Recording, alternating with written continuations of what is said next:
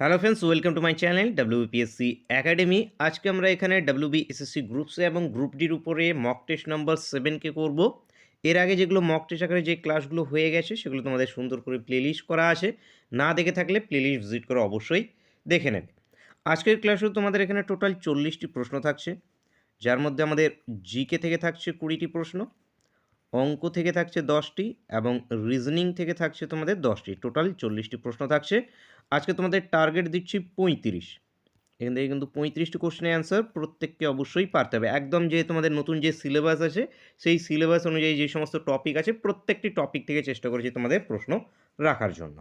First question আজকে দেখো কী আছে আমাদের। ইউএসবি কোন ধরনের স্টোরেজ? তো ইউএসবি এটি কোন ধরনের স্টোরেজ? ইউএসবি একটি সেকেন্ডারি স্টোরেজ বা গৌণ স্টোরেজ। এখান থেকে সেকেন্ডারি অ্যান্সার হয়ে যাবে option A. Next question, 1 GB সমান কত? এখানে এমবি, কেবি, টিবি এগুলো কিন্তু most important. GB, byte, bit এগুলো থেকে কিন্তু প্রশ্ন জিজ্ঞেস হয়ে থাকে। শুধু তোমাদের এসএসসির জন্য ইম্পর্টেন্ট না, এছাড়াও বাকি যে সমস্ত চাকরি পরীক্ষা আছে সেখানেও কিন্তু এই যে কম্পিউটারের উপর থেকে এই জায়গাটা থেকে কিন্তু খুব বেশি প্রশ্ন জিজ্ঞেস হয়। তো এখানে 1 GB ইজিক্যালস টু হয়ে যাবে 1024 MB, 1024 MB মেগাবাইট। জিবি হয়ে যাবে আমাদের কি গিগাবাইট, জিবি। কেবি কিলোবাইট, টিবি টেরাবাইট। তো মনে রাখবে, এখানে উত্তর হয়ে যাবে আমাদের অপশান এ। নেক্সট কোশ্চেন, কত সালে সুন্দরবন ওয়ার্ল্ড হেরিটেজ সাইটের মর্যাদা পায়? সুন্দরবনকে ওয়ার্ল্ড হেরিটেজ সাইটের আখ্যা দেওয়া হয়েছিল 1987-এ। 1987 অ্যান্সার অপশান বি। নেক্সট, ভারতের প্রথম জাতীয় উদ্যানের নাম কি? করবেট জাতীয় উদ্যান। করবেট জাতীয় উদ্যান উত্তরাখণ্ডে অবস্থিত, নৈনিতাল জেলায়। তো এখানে করবেট উত্তর হয়ে যাবে অপশান বি। এটি প্রথম জাতীয় উদ্যান 1936-এ, 1936 সালে। নেক্সট, চামেলি দেবী পুরস্কার কোন ক্ষেত্রে দেওয়া হয়? চামেলি দেবী পুরস্কার এটি সাংবাদিকতায় দেওয়া হয়ে থাকে। সাংবাদিকতা উত্তর অপশান ডি। কোন দেশের প্রথম ফুটবল বিশ্বকাপ শুরু হয়? ফুটবল বিশ্বকাপ প্রথম উরুগুয়েতে শুরু হয়েছিল এবং প্রথম জিতেছিল কে? উরুগুয়ে জিতেছিল। আর্জেন্টিনা রানার্স ছিল। 1930 সালে শুরু হয়েছে। বিশ্ব অর্থনৈতিক সমীক্ষা প্রকাশ করে কোন সংস্থা? ইন্টারন্যাশনাল মনিটারি ফান্ড মানে IMF এই সমীক্ষা প্রকাশ করে। ওয়াশিংটন ডিসিতে হেডকোয়ার্টার আছে। 1945-এ স্ট্যাবলিশ হয়েছে। সংসদের যৌথ অধিবেশনের সভাপতিত্ব করেন কে? সংসদের যৌথ অধিবেশনের সভাপতিত্ব করেন স্পিকার, লোকসভার স্পিকার, মনে রাখবে। নেক্সট, পশ্চিমবঙ্গে মোট কতগুলি কর্পোরেশন আছে? কর্পোরেশন আছে টোটাল 7টি কর্পোরেশন আছে। 7টি কী কী? কলকাতা, হাওড়া, বিধাননগর, দুর্গাপুর, শিলিগুড়ি, আসানসোল, চন্দননগর। নেক্সট কোশ্চেন, ভারতীয় গণপরিষদ কত সালে কাজ শুরু করে? তো গণপরিষদ প্রথম মিটিং কত? 9 ডিসেম্বর 1946-এ, যেখানে অস্থায়ী হিসেবে কাকে? সচিবেন্দ্র সিনহাকে সভাপতি করা হয়। পরবর্তীতে 11 ডিসেম্বর রাজেন্দ্র প্রসাদকে সভাপতি করা হয়। তো এখানে 1946 গণপরিষদ কাজ করা শুরু করেছে 1946-এ। নেক্সট, নিচের কোনটি কাশ্মীরের লোকনৃত্য? কাশ্মীরের লোকনৃত্য রৌফ। রৌফ কাশ্মীরের লোকনৃত্য। বাউল সঙ্গীতের বিশিষ্ট সাধক কে ছিলেন? বাউল সঙ্গীতের বিশিষ্ট সাধক লালন ফকির। লালন ফকির উত্তর হয়ে যাবে অপশন সি। হীরাকুন্দ পরিকল্পনা কোন নদীর উপরে অবস্থিত? হীরাকুন্দ উড়িষ্যাতে আছে। এটি মহানদীর উপরে। মহানদীর উপরে answer option B. Next question, কচ্ছের রণ কোন রাজ্যে অবস্থিত? কচ্ছের রণে কোন নদী পতিত হয়েছে? লুনি নদী পতিত হয়েছে কচ্ছের রণে। তো গুজরাটে অবস্থিত।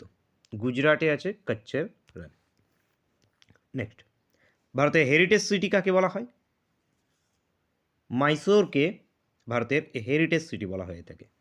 মাইসোর উত্তর অপশন ডি। কার উদ্যোগে এডওয়ার্ড বিল পাস হয়? Edward bill 1884। Lord Ripon. Lord Ripon উত্তর হয়ে যাবে অপশন সি। আধুনিক ভারতের জনক কাকে বলা হয়? আধুনিক ভারতের জনক রাজা রামমোহন রায়কে আধুনিক ভারতের জনক বলা হয়ে থাকে। ককারি ষড়যন্ত্র মামলা কত সালে হয়? ককারি ষড়যন্ত্র মামলা 1925-এ হয়েছে। 1925 সালে ককারি ষড়যন্ত্র মামলা। এনইপি 2020 কবে কার্যকর হয়? তো এনইপি ন্যাশনাল এডুকেশন পলিসি এটি 29শে জুলাই 2020 সালে 29শে জুলাই 2020 সালে এটি কার্যকর হয়েছে। অ্যান্সার হবে option A. Beti Bachao Beti Padhao scheme কবে চালু হয়? বেটি বাঁচাও বেটি পড়াও এই স্কিমটি 2015 সালে চালু হয়েছে। 2015 সাল, তো অ্যান্সার হয়ে যাবে অপশন বি। জিকের টোটাল 20টি প্রশ্নের মধ্যে কয়টা উত্তর করতে পারলে এটাও জানাবে। নেক্সট দেখব। নেক্সট অঙ্ক আছে। প্রথমে লসাগু ও হসাগু অধ্যায় থেকে দেখো কী প্রশ্ন আছে আমাদের। ক্ষুদ্রতম সেই সংখ্যাটি নির্ণয় করো যাকে 16, 24, 36 দ্বারা ভাগ করলে যথাক্রমে 6, 14 এবং 26 ভাগশেষ থাকবে। যখনই এরকম প্রশ্ন থাকবে যে এই করলে যে এত ভাগশেষ থাকবে, তখন আমরা কি দেখে নেব, এই যে 16 এবং এই যে 6 এর ডিফারেন্স কত, 24 এবং 14 এর ডিফারেন্স, তারপরে 36 এবং 26 এর ডিফারেন্স। দেখো প্রতিটার ক্ষেত্রে ডিফারেন্স কত আমাদের 10, প্রতিটা ক্ষেত্রে কি আমাদের ডিফারেন্স 10 আসছে। তো এই ডিফারেন্সটাকে মনে রাখবে, এই ডিফারেন্সটা আমাদের পরে কাজে লাগবে। দেখো কি বলেছে, ক্ষুদ্রতম সেই সংখ্যাটাকে নির্ণয় করতে হবে যেটা আমাদের 16, 24 এবং 36 দ্বারা ভাগ যাবে। তো এখানে যদি এই পার্টটা যদি না থাকতো, এই পার্টটা যদি আমাদের না থাকতো, এই যে ভাগশেষ এত থাকবে, এই পার্টটা যদি না থাকতো তাহলে আমরা নর্মালি কী করতাম এখানে, যে ক্ষুদ্রতম সেই সংখ্যাটা নির্ণয় করতে হবে যেটা 16, 24, 36 দিয়ে ভাগ যাবে, মানে কি, মানে এদের লসাগু নির্ণয় করে নেবো, তারাই হয়ে গেল। তো প্রথমত আমরা ধরে নিচ্ছি যে এই পার্টটা নেই, এই যে পরের এই পার্টটা নেই, তাহলে শুধু এইটুকটাই যদি থাকে তাহলে আমাদের কি বের করতে হতো, এখানে লসাগু বের করতে হতো এদের। তো এদের প্রথমে আমরা লসাগু বের করে নিই। লসাগু 2 দিয়ে দিলে 8 দুগুণে 16, 12 দুগুণে 24, 18 দুগুণে 36। আবার যদি আমরা 2 দিয়ে দিই 4, 6, 9, 2 দিয়ে দিলে 2, 3, 9, আর এবার কত 3 দিয়ে দিলে 2, 3 একে 3, 3 3কে 9। এবার সবগুলো গুণ করো, 3 দুগুণে 6, 3 6 18, 18 দুগুণে 36, 36 দুগুণে 72, 72 দুগুণে 144। 144 আসলো সেই সংখ্যাটা যেই সংখ্যাটা 16 দিয়েও ভাগ যাবে, ক্ষুদ্রতম সেই সংখ্যা যেটা 16 দিয়েও ভাগ যাবে, 24 দিয়েও ভাগ যাবে এবং 36 দিয়েও ভাগ যাবে। কিন্তু আমাদের সঙ্গে একটু লেজুর জুড়ে দিয়েছে। লেজুড়ে কি বলেছে, যে ভাগ যাবে ঠিক আছে, কিন্তু প্রতি ক্ষেত্রে বলা হয়েছে, প্রতি ক্ষেত্রে বলা হয়নি, দ্বারা ভাগ করলে যথাক্রমে 6, 14 এবং 26 ভাগশেষ থাকে। তো এরকম যখনই থাকবে তখন দেখবে যে ডিফারেন্সগুলো সবারই সেমই হবে। যে ডিফারেন্স সেম আসলো, আমাদের লসাগুটা যেটা বেরিয়ে আসলো, এবং এদের মধ্যে ডিফারেন্সটা কত বললাম একটু আগে, 10 বেরিয়ে এসছে। সেই 10কে সিম্পলি এখানে শুধু মাইনাস করে দাও, সিম্পলি এখানে -10 করে দিলে 134 এসে যাবে। এবার 134 সেই সংখ্যাটা হলো যেই সংখ্যাটাকে যদি আমরা 16 দিয়ে ভাগ করি তাহলে অবশিষ্ট আসবে 6, যদি 24 দিয়ে ভাগ করি তাহলে অবশিষ্ট আসবে 14, যদি আমরা 36 দিয়ে ভাগ করি 134কে তাহলে আসবে 26 ভাগশেষ আসবে, মানে অবশিষ্ট থাকবে। তাহলে এখানে সিম্পলি কী করবে, যে ডিফারেন্সটা থাকবে সেই ডিফারেন্সটা এখানে কী হয়ে যাবে আমাদের মাইনাস হয়ে যাবে। যখন প্রতি ক্ষেত্রে উল্লেখ থাকে তখন কী হয়ে যায়, প্রতি ক্ষেত্রের বেলা সেখানে প্লাস হয়ে যায়। তো এটি মনে রাখবে। তো এখানে কী হবে আমাদের 134 উত্তর হবে, উত্তর হবে option C, option C correct answer. Next question দেখো, মোস্ট ইম্পর্ট্যান্ট একটি কোশ্চেন। এই কোশ্চেন নানান ফর্মে এসে থাকে তোমাদের, যে 1/2 করে আছে, কখনো গুণ চিহ্ন দিয়ে দেবে, কখনো গুণটাকে ডাইরেক্ট করে দেবে 1/2 প্লাস, দেখো একই ফর্ম, কিন্তু দেখো এই লাইনটা এবং এই লাইনটার মধ্যে কী তফাৎ আছে, 6, 3 দুগুণে 6 plus 12 plus dot dot dot dot dot করে প্লাস করে এখানে আমাদের ডাইরেক্ট এটাকে গুণ করে বসিয়ে দেবে। 225 এবং 225 প্লাস যদি আমরা এখানে 15 করি তাহলে কত চলে আসছে, 30, 40, 240 মতো, এখানে চলে আসে 240 মতো। এই তো এই হয়ে গেল আমাদের কি, সবগুলো এইভাবে থাকতেও পারে। তো এইভাবে থাকুক বা এইভাবে থাকুক, যে কোনো হোক, এইভাবে তোমরা সিম্পলিফাই ফর্মে নিয়ে আসবে। এবার সিম্পলিফাই ফর্মে থাকলে এখান থেকে ইজিলি দেখো এদের মধ্যে ডিফারেন্স 1, এদের মধ্যে ডিফারেন্স 1, যখন ডিফারেন্স 1 থাকবে, তখন সিম্পলি এই যে লাস্টের যে সংখ্যাটা আছে, মানে এই যে 16, ডিভাইড এবং এই যে প্রথমের যে সংখ্যাটা আছে, এই দুই সংখ্যার মাধ্যমেই আমরা ডাইরেক্ট উত্তর এখান থেকে বের করে নিতে পারবো। মানে এই যে পিছনে যে সংখ্যাটা আছে সেই সংখ্যাটা 16, উপরে যে সংখ্যাটা সামনে যে সংখ্যাটা আছে সেই সংখ্যাটা 15, 15/16 এটাই উত্তর। এটা এখান থেকে উত্তর হয়ে গেছে। কিন্তু ডিফারেন্স যখন 1 থাকবে, কিন্তু দেখা গেল যদি ডিফারেন্স 1 না থাকে তাহলে কী করবে?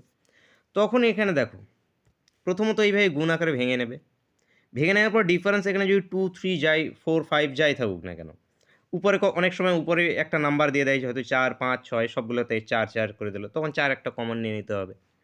তো এখানে যখনই থাকবে ডিফারেন্স যদি আলাদা থাকে তাহলে 1/ডিফারেন্স ফর্মুলাটা যেটা মেন সেটা হলো গিয়ে 1/ডিফারেন্স, থার্ড ব্র্যাকেট দেবে এই যে প্রথম পার্ট মানে 1/1 এদিকের লাস্টে 1/1 যেটাই থাকবে, 1/2 থাকুক, 1/3 থাকুক, 1/4 থাকুক, সেটা প্রথমটা, এবং এদিকের লাস্টেরটা মানে -1/6, 16 মানে লাস্টেরটা, এটা হয়ে থাকে এর ফর্মুলা।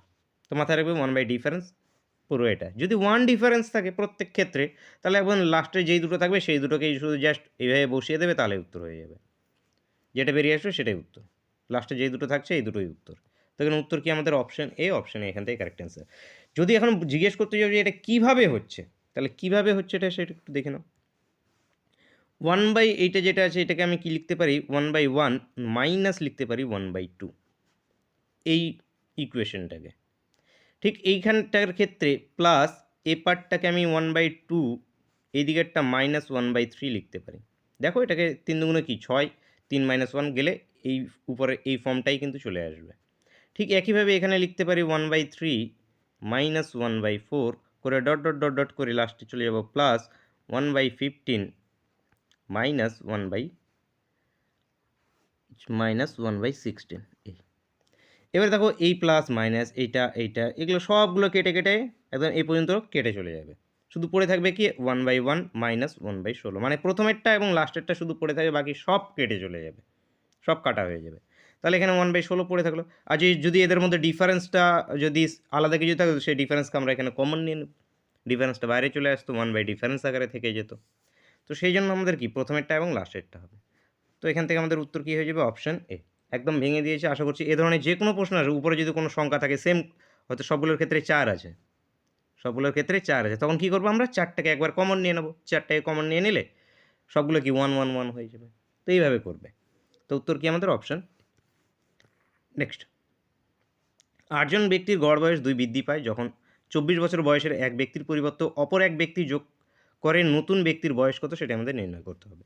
তো 8 জন ব্যক্তির গড় বয়স 2 বৃদ্ধি পাচ্ছে। 8 জন ব্যক্তির বয়স 2 বৃদ্ধি পাওয়া মানে কি, গড়ে 2 বৃদ্ধি পাওয়া মানে কি, প্রত্যেকের 2, 2, 2, 2 করে বাড়ছে। তো প্রত্যেকের যদি 2, 2 করে বাড়ে তাহলে টোটাল কত বাড়ছে, টোটাল 16 বাড়ছে। এবার কি বলেছে যে 24, এই বৃদ্ধিটা 2 বৃদ্ধি পাচ্ছে কখন, যখন 24 বছরের এক ব্যক্তির পরিবর্তে অপর এক ব্যক্তি আসছে।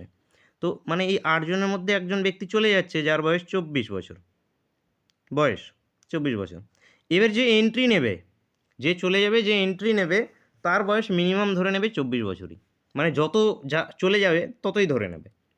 এইবার ধরে নিলাম ঠিক আছে, কিন্তু আমরা দেখছি যে এখানে গড় সবারই 2 করে বৃদ্ধি পেয়ে যাচ্ছে। বৃদ্ধি পেয়ে গেলে মানে কি, যে আমরা 24 বছর বয়সটা ধরেছি তার বয়স তার থেকেও বেশি কিছু। তার থেকে কত বেশি, কত বেড়ে গেছে, কত দেখো 16 সবারই বেড়ে গেছে। সবারই যদি 16 বেড়ে যায় তাহলে 16টাকে জাস্ট এখানে অ্যাড করে দাও, তাহলে এখানে কত হয়ে গেল 40। তাহলে এখান থেকে 40 বছর, নতুন যে ব্যক্তি এসছে তার বয়স 40 বছর। তো উত্তর কি আমাদের অপশান বি, অপশান বি এখান থেকে সঠিক উত্তর।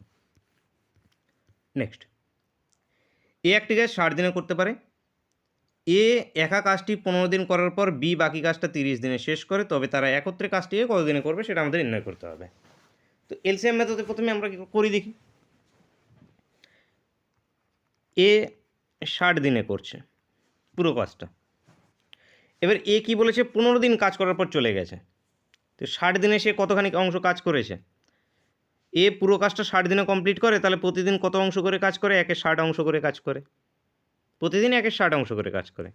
এবার এ কত দিন কাজ করেছে, 15 দিন কাজ করেছে। তো এ প্রতিদিন যদি 1/60 অংশ করে কাজ করে তাহলে 15 দিন কত অংশ কাজ করেছে, প্রতিদিন মানে এই যে প্রতিদিন মানে একদিনে 1/60 অংশ কাজ করছে, তাহলে 15 দিন কাজ করেছে, 15 দিনে কত অংশ কাজ করবে, 15/60 অংশ,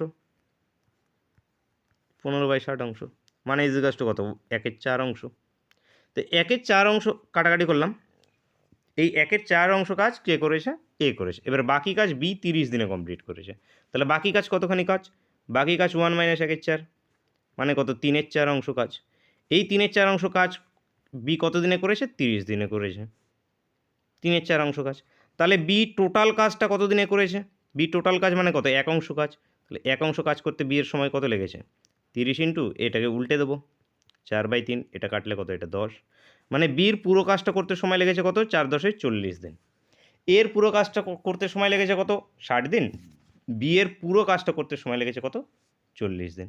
এবার এখান থেকে তাহলে একত্রে বের করো। একত্রে কীভাবে বের করবে এখান থেকে?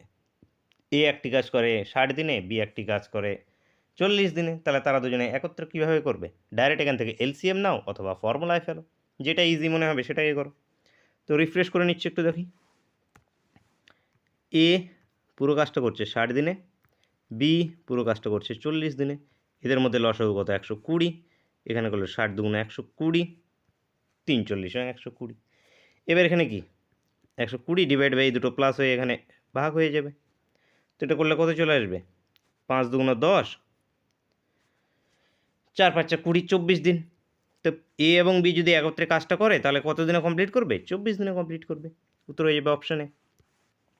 নেক্সট দেখো, এক ব্যক্তির ভাতা ডিএ মূল বেতনের 140%। ভাতা সহ মূল বেতন যদি 36,000 টাকা হয় তাহলে মূল বেতন কত আমাদের নির্ণয় করতে হবে। তো মূল বেতন আমরা জানি না, ধরে নিচ্ছি মূল বেতনে 100% তার মূল বেতনটা কত? 100%। এবার ব্যক্তির দেখো ভাতা মূল বেতনের 140%। তাহলে ভাতাটা কি? মূল বেতন। মূল বেতন কত ছিল? 100%। এর থেকে কত বেশি? 140% বেশি। তাহলে ভাতা সহ মূল বেতন কত? ভাতা সহ মূল বেতন হলো গিয়ে তোমাদের 100% প্লাস 140%, মানে 240% হলো ভাতা সহ মূল বেতন।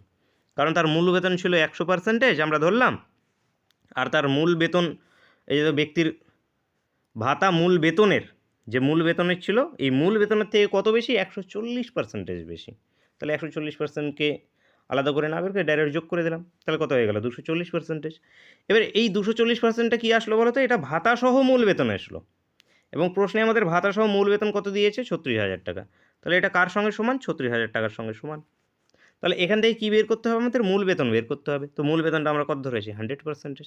তাহলে 240%-এর ভ্যালু যদি 36,000 হয় তাহলে আমাদের 100%-এর ভ্যালু কত সেটাই আমাদের নির্ণয় করতে হবে জাস্ট। তাহলে এখানে কি 36, 1 2 3টে 0 ডিভাইড বাই 240 ইন্টু আমাদের 100। এই 0-এর সঙ্গে এই 0 কাটো, 12 দিয়ে কাটলে 12 × 2 = 24, 12 দিয়ে কাটলে 3 × 12 = 36। তাহলে এখানে কত 0 আসলো? 3টে 0। এবার 2 দিয়ে যদি এটাকে কাটি তাহলে এটা কত চলে আসবে? 15 00। এখানে একটা 0 আছে, তাহলে 100%-এর ভ্যালুটা কত চলে আসলো? 15,000। 15,000 টাকা। তাহলে মূল বেতনটা কত? মূল বেতনটা 15,000 টাকা। তো উত্তর হয়ে যাবে আমাদের অপশানে। অপশানে এখান থেকে কারেক্ট অ্যান্সার। নেক্সট কোশ্চেন, এ একটি পেন বিকে 15% ক্ষতিতে এবং বি ওই পেনটি সিকে 20% লাভে 204 টাকায় বিক্রি করে। এ এর ক্রয় মূল্য কত সেটা নির্ণয় করতে হবে। তো এটা এলসিএম পার্সেন্টেজ চেঞ্জের মেথডে করতে পারবে। এছাড়া আমি এখান থেকে ধরে নিতে পারছি এ এর কাছে ক্রয় মূল্য ছিল যে এ বিকে দিয়েছে কত পার্সেন্টেজ? 15% ক্ষতিতে, লসে, তীর চিহ্ন নিচের দিকে দিচ্ছি। বি দিচ্ছে কাকে? সিকে। বি দিচ্ছে সিকে 20% প্রফিটে। এবার এ এর কাছে এবং সি এর কাছে জিনিসটা যখন পৌঁছাচ্ছে তখন তার দাম হচ্ছে কত? 204 টাকা। এই তো এ এর কাছে কত দাম ছিল আমি জানি না, সেটা আমাদের নির্ণয় করতে হবে। তো আমি ধরে নিচ্ছি এ এর কাছে বস্তুটার দাম ছিল এক্স টাকা।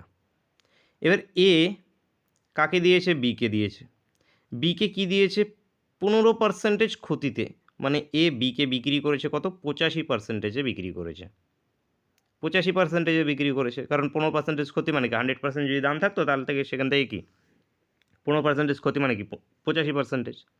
তো এই 15%-এ 85%টা লিখে নিলাম এইভাবে, বিকে দিচ্ছে। এবার বি আবার কাকে দিচ্ছে? সিকে দিচ্ছে কত? 20% লাভে। 20% লাভে কোন দামের থেকে দিচ্ছে? যেই দামে বি কিনেছে। বি এই ক্ষতিতে কেনার পর সেখান থেকে দিচ্ছে। তাহলে এখান থেকে ডাইরেক্ট ইনটু কত 20% প্রফিট, 20% প্রফিট মানে কত 120 ডিভাইড বাই 100, এটা সমান সমান 204 টাকার সঙ্গে সমান। তো এখান থেকে জাস্ট কাটাকাটি করে এক্সের মানটা বের করো, তাহলে হয়ে যাবে আমাদের এখানে। দেখি এই জিরোর সঙ্গে এই জিরোকে যদি কাটি, 4 দিয়ে কাটলে 4 5 20, 4 1 4, এখানে 4 দিয়ে কাটলে 3 4 12, 17 দিয়ে কাটলে 3 17 51, 17 দিয়ে কাটলে 5 17 85, এই 3-এর সঙ্গে এই 3 কাটলো, তাহলে উপরে কি পড়ে থাকলো শুধু 5। আচ্ছা 5 দিয়ে এটাকে কেটে দিই 10কে, তাহলে 5 দুগুণ 10, তাহলে এক্সের ভ্যালুটা কত আসলো, এদিকে 100 × 2, 100 × 2 মানে কত 200 টাকা। তার মানে এর কাছে এর ক্রয় মূল্য কত 200 টাকা।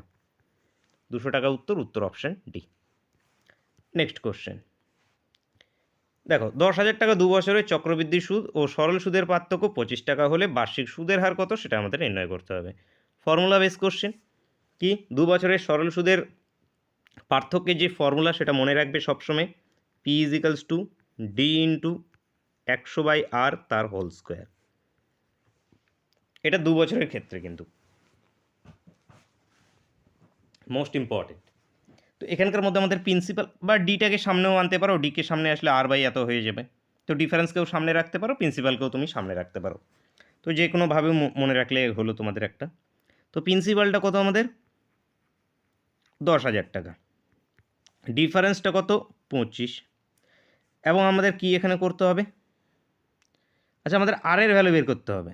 তাহলে উপরে আমি এটাকে স্কোয়ারটাকে ভেঙে নিচ্ছি, যে আচ্ছা 3টে জিরো দিয়ে দিচ্ছি একবারে, এই যে এটার স্কোয়ার আছে যেহেতু 100-র স্কোয়ার কত 10,000 ডিভাইড বাই আর এর স্কোয়ার। এই দেখো এই জিরোগুলো এখান থেকে কেটে যাবে, তাহলে এখান থেকে কী আসবে, আর স্কোয়ার ইজিকাস টু 25 সিম্পলি, তাহলে আর ইজিকাস টু কত আসলো 5, তাহলে এখানে কি 5%, এটাই বের করতে বলা হয়েছে বার্ষিক সুদের হার কত 5%, উত্তর অপশান এ। নেক্সট 10টি লেবুর ক্রয় মূল্য 13টি লেবুর ক্রয় মূল্য, আচ্ছা 10টি লেবুর বিক্রয় মূল্য 13টি লেবুর ক্রয় মূল্যের সঙ্গে সমান, লাভের হার কত সেটা আমাদের নির্ণয় করতে হবে। 10টি লেবুর বিক্রয় মূল্য, বিক্রয় মানে কি সেল প্রাইস এসপি, এটা কার সঙ্গে সমান, সমান 13টি লেবুর ক্রয় মূল্য মানে কেনা দামের সঙ্গে সমান। এখানে কি করব আমরা, সিপি বাই এসপি করব। তো 10 13টাকে আমি ডিভাইড করে দিচ্ছি এদিকে 13, এদিকে কি উপরে সিপি আছে ডিভাইড বাই এসপি।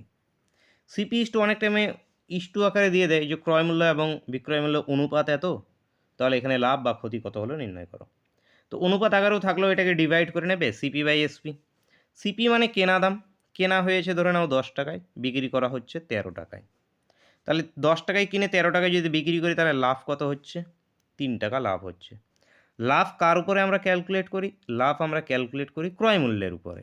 তো ক্রয় মূল্যটা কত 10 টাকা, তাহলে 10% নির্ণয় করবো যেহেতু, তাহলে 100%, 100 এখানে গুণ করে দাও। এই তো এখান থেকে কাটাকাটি করো, জিরোর সঙ্গে জিরো গেল, 3 10 কত 30, তাহলে লাভের হার কত 30%। প্রফিট হচ্ছে না লস হচ্ছে কীভাবে বুঝবে, এখানে ডাইরেক্ট বুঝে যাচ্ছে, দেখো কিনেছো তুমি 10 টাকায়, বিক্রি করছো 13 টাকায়, তাহলে কী হচ্ছে তোমার লাভ হচ্ছে, তাহলে কী হচ্ছে প্রফিট হচ্ছে 30%। তো উত্তর হয়ে যাবে অপশান ডি। নেক্সট, রাম সময় মতো বিদ্যুতের বিল জমা দিলে 15% ছাড় দেওয়া হয়। আচ্ছা সময় মতো বিল দিয়ে এক ব্যক্তি 54 টাকা ছাড় পেল, বিদ্যুতের বিলের পরিমাণ কত সেটা আমাদের নির্ণয় করতে হবে। তো কি সময় মতো বিদ্যুতের বিল জমা দিলে 15% ছাড় দেওয়া হয়, ঠিক সময় মতো যদি জমা দেয়। এবার সময় মতো বিল দিয়ে, তো এক ব্যক্তি কি সময় মতো বিল দিয়েছে, সময় মতো বিল দেওয়ার ফলে কী তাই সে 54 টাকা ছাড় পেয়েছে, তাই বিদ্যুতের বিলের পরিমাণ কত নির্ণয় করতে হবে। তো এই যে ইনি 54 টাকা ছাড় পেলো, কেন ছাড় পেলো, কারণ ইনি সময় মতো বিল দিয়েছে। এবার সময় মতো বিল দিলে কত পার্সেন্টেজ ছাড় পাওয়া যায়, 15% ছাড় পাওয়া যায়। তার মানে এই 15%-এর ভ্যালুটা কত 54 টাকার সঙ্গে সমান। বুঝলে কি না, যে 54-এর সঙ্গে সমান কেন হচ্ছে, 15% সে ছাড় পাচ্ছে, 15% ছাড় পাচ্ছে, এবার কত টাকা ছাড় পেয়েছে 54 টাকা সে ছাড় পেয়েছে। তার মানে কি এই 15%-এর ভ্যালুই 54 টাকা, বুঝেছো কি না। দেখো এই 15%-এর ভ্যালু কত 54 টাকা, তাহলে বিদ্যুতের বিল কত তার এসছে 100% বিদ্যুতের বিল, তাহলে 100%-এর ভ্যালু কত 54/15 ইন্টু 100, এত টাকা।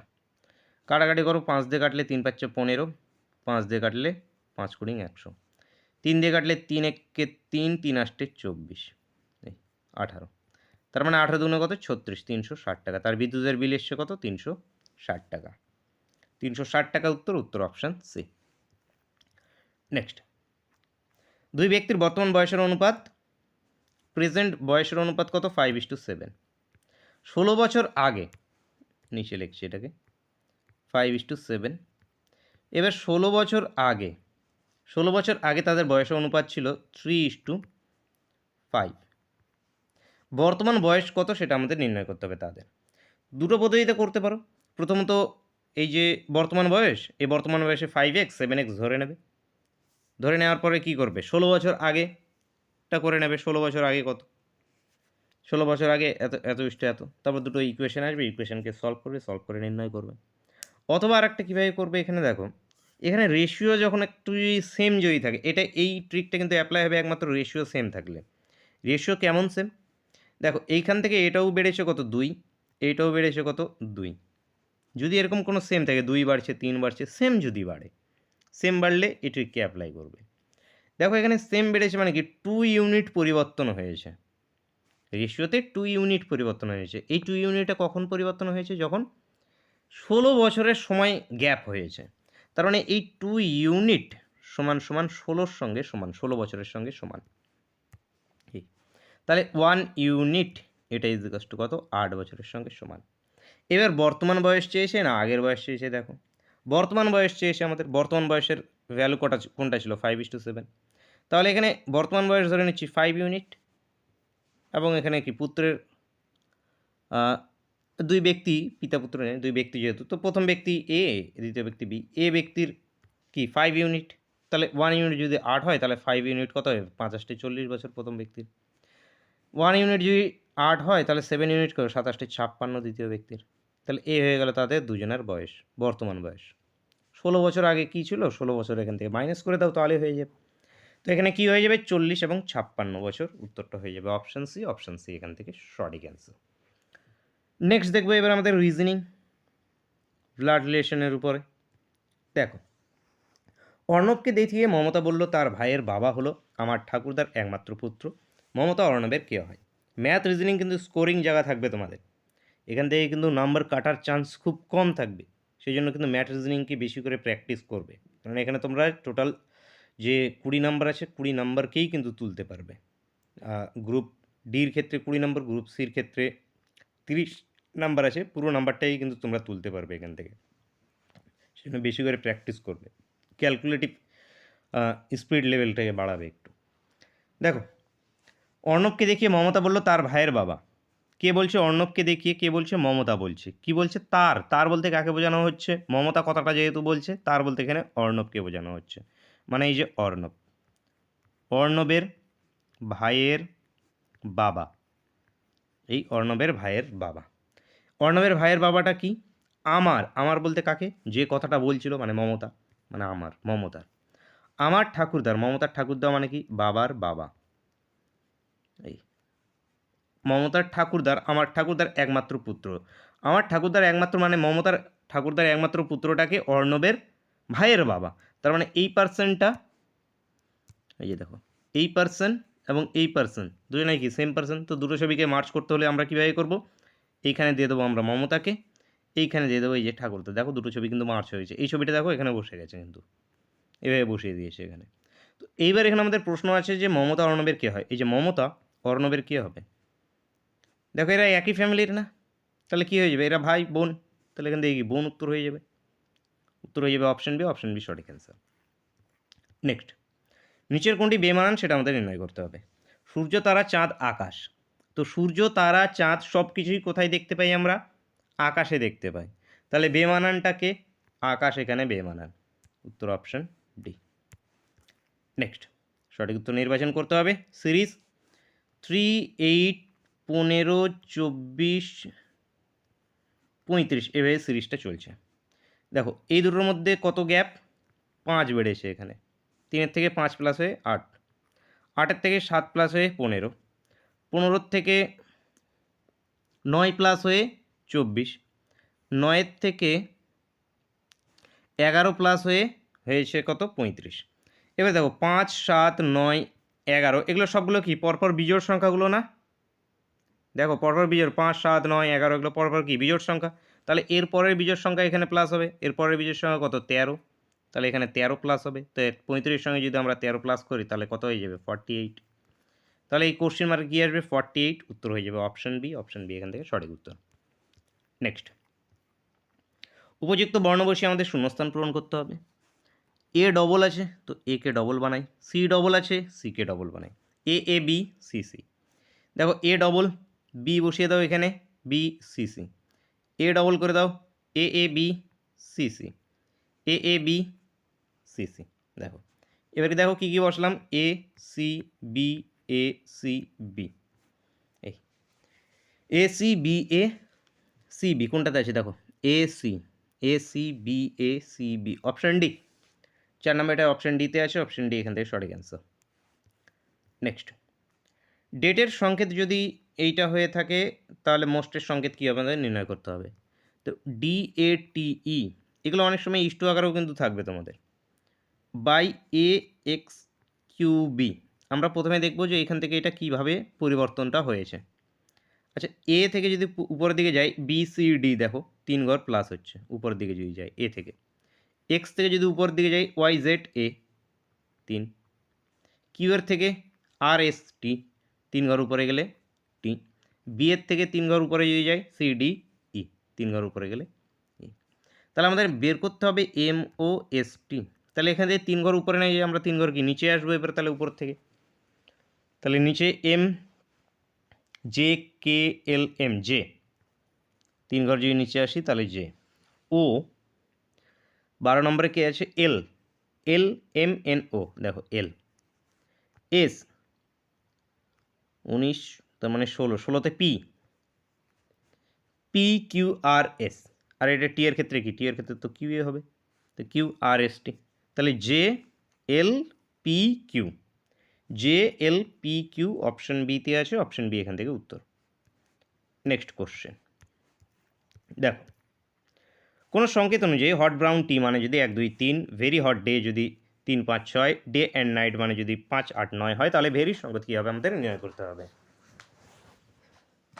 তো এখানে কীভাবে করব,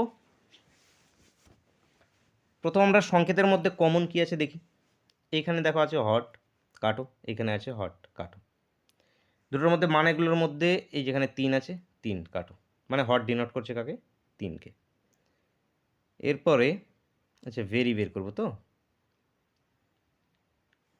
এই দুটোর মধ্যে দেখো এখানে ডে আছে এখানে ডে আছে, কেটে দিলাম। এখানে 5 এখানে 5 কেটে দিলাম। এবার দেখো ভেরি হট ডে আমাদের কাকে ডিনোট করছে 3 5 এবং 6কে ডিনোট করছিল। এর মধ্যে থেকে দেখো হট ইজিকালস টু পেয়ে গেছি 3, ডে ইজিকালস টু পেয়ে গেছি 5, তাহলে পড়ে আছে কি 6, তাহলে এই 6 ইজিকালস টু কি ভেরি, তাহলে ভেরির সংকেতটা কি, ভেরির সংকেত হয়ে যাবে 6, উত্তর হয়ে যাবে option B. Next, pictorial image বলো প্রশ্নবোধকে কী হবে। ছবিটা কি এভাবে বাড়ছে, প্রথমে এই তীর চিহ্নটা এখানে ছিল, তারপরে তীর চিহ্নটা ক্লকওয়াইজ এখানে চলে গেছে, তারপরে তীর চিহ্ন ক্লকওয়াইজ এখানে গেছে, তাহলে লাস্টের তীর চিহ্নটা কোন দিকে থাকবে, এইদিকে থাকবে। আর এই যে দেখো বক্সগুলো প্রথমে কি একটাও ছিল না, তারপরে এই একটা হচ্ছে দুটো হচ্ছে, তাহলে কি 3 দিকে থাকবে। তো এখানে দেখো তীর চিহ্ন এইদিকে এবং 3 দিকে বক্স কোনটাতে আছে, অপশন বিতে, অপশন এতে। কিন্তু এখানে একটাতে একটু আলাদা আছে, কোনটাতে একটু আলাদা আছে, এই যে এখানে দেখো এখানে ডাইরেক্ট বক্সটা কেমন আছে, এরকম বক্স আছে, কিন্তু বক্সগুলো সবগুলো দেখো নিমকির মতো আছে, নিমকির মতো এইভাবে আছে। তাহলে নিমকির মতন এইভাবে কোনটাতে আছে, অপশন এতে, তো অপশন এ এখান থেকে কারেক্ট অ্যান্সার। নেক্সট কোশ্চেন দেখো, এটা তোমাদের সিরিজ আকারে আছে, সি বি ডি এ,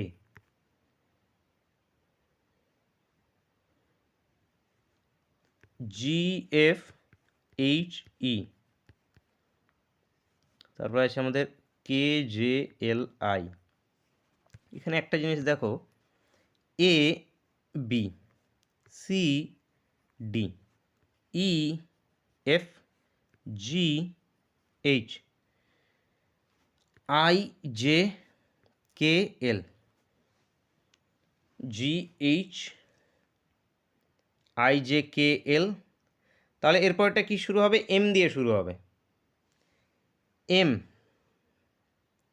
এন ডি, তাহলে এইখানটা লাস্টে আসবে কি? এম। আচ্ছা, লাস্টে যদি আমরা এম নিই তাহলে এক ঘর আগে এম এন,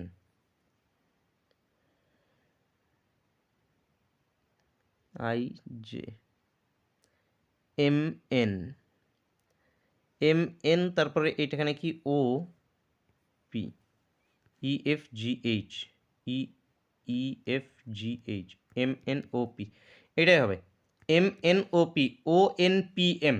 উত্তরটা হবে ও এন পি এম। দেখো তো কোনটাতে আছে? O N P M, option ডিতে আছে। দেখো, অপশান ডি এখান থেকে উত্তর হয়ে যাবে। বুঝলে কি না কীভাবে চলছিল সিরিজটা? এই যে এ, এর এটা বি, সি ডি, ডিতে শেষ হচ্ছিল, ই শুরু হচ্ছিল কোথায়? লাস্টের থেকে। ই এফ জি, জি এইচ, এইচের পর কি? আই, আই দিয়ে শুরু হচ্ছে, তাহলে আইটা কি? লাস্টে। এখানে আই জে কে এল, এল পর্যন্ত শেষ হচ্ছে, এলের পর কি? এম দিয়ে শুরু হবে, পরেরটা এম। এই যে এম, এমের কি? M N O P. এই তো অ্যান্সার আমাদের অপশান ডি। নেক্সট, জামা ইস্টু পোশাক হলে আলু ইস্টু কী হবে? তো জামা একটি কি? পোশাক। তো আলু একটি কি? এটি ফল, শরবত, পেঁয়াজ নাকি সবজি? আলু একটা অবশ্যই সবজি। তো সবজি উত্তর, উত্তর অপশান ডি। নেক্সট, 95 যদি 23 হয় তাহলে আমাদের 111 কী হবে সেটা নির্ণয় করতে হবে। প্রত্যেকে ট্রাই করবে প্রশ্নটাকে, 10 নম্বর প্রশ্নটাকে প্রত্যেকে ট্রাই করবে। ভিডিওকে পজ করে নিয়ে ট্রাই করো। দেখো এখানে এসছে কি? 23 এসছে। 23কে যদি আমরা 4 টাইমস করি, 23কে যদি আমরা 4 টাইমস করি, 4 দিয়ে যদি গুণ করি, তাহলে আসবে 4 12 2 হাতে 1, এখানে 4 2 8, 92। দেখো এই 95-এর কাছাকাছি চলে এসছে। মানে এখান থেকে যদি আরও 3 প্লাস করে দিই তাহলে আসবে আমাদের 95। তাহলে অপশানগুলোর মধ্যে দেখি, অপশানগুলোর মধ্যে কাকে আমরা 4 ডবল করলে 111-র কাছাকাছি যাব। 23কে 4 ডবল করলে অনেক ছোটোতে থাকবে। 27কে 4 ডবল করো, 27 4, 4 7 28-এর 8 হাতে 1, 8 2, সরি 4 2 8 2 10, 108। এই 108-এর সঙ্গে আবার 3 প্লাস করে দেখো, 1 1 1 মিলে গেছে। দেখো এই ট্রিক ফলো হয়ে গেছে, এই ট্রিক ফলো হয়ে গেছে, 27 এখান থেকে অ্যান্সার। কিংবা রিভার্সে যদি ভাবি, রিভার্সে যদি ভাবি মানে 95 - 3 ইকুয়াল টু আসবে 92। এই 92 ডিভাইড বাই 4 ইকুয়াল টু 23। ঠিক আমাদের 111 - 3 করলে 108। এই 108কে 4 দিয়ে যদি ভাগ করি তাহলে আসবে আমাদের 27। তো উত্তরটা কী হবে? আমাদের উত্তরটা কিন্তু হবে অপশান ডি। অপশান ডি এখান থেকে কারেক্ট অ্যান্সার। তো এই হয়ে গেল আজকে আমাদের মক টেস্টের ক্লাস। টার্গেট দিয়েছিলাম তোমাদের 35 টার্গেট দিয়েছিলাম 40-এর মধ্যে। কতগুলো তোমরা উত্তর করতে পেরেছো কিন্তু প্রত্যেকে অবশ্যই কমেন্ট